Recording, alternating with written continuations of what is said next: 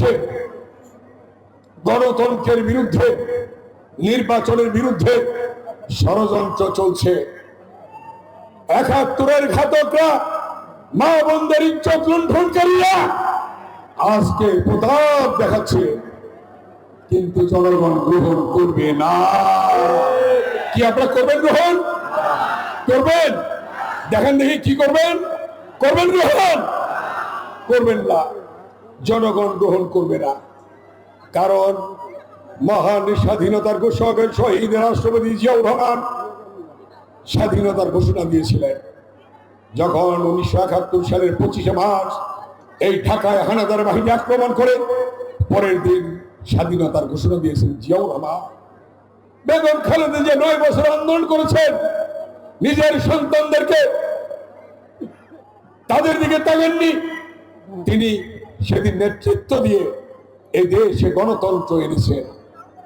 তারেক রহমান দীর্ঘ ১৭ বছরের মধ্যে একযোগ আন্দোলন করে তার বক্তব্য ছিল দেশ যাবে কোন পথে?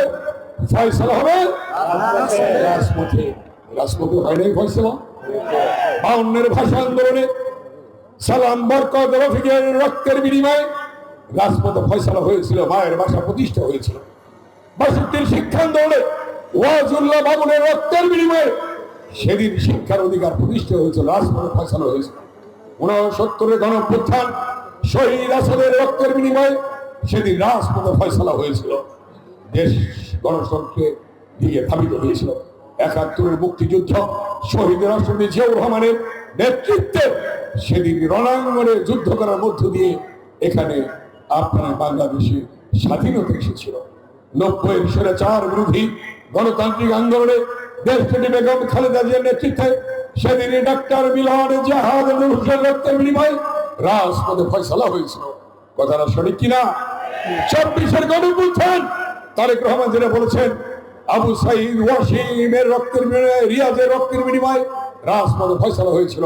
হাজার হাজার ছাত্র জনতার রক্তের বিনিময়ে সেদিন গণঅভ্যুত্থান সৃষ্টি হয়েছিল। আজকে পেয়েছি আমরা নতুন বাংলাদেশ। এই বাংলাদেশকে আমাদের গড়ে তুলতে হবে। এই বাংলাদেশকে কখনোই রাজাকারের হাতে তুলে দেওয়া যাবে না। কি যাবে?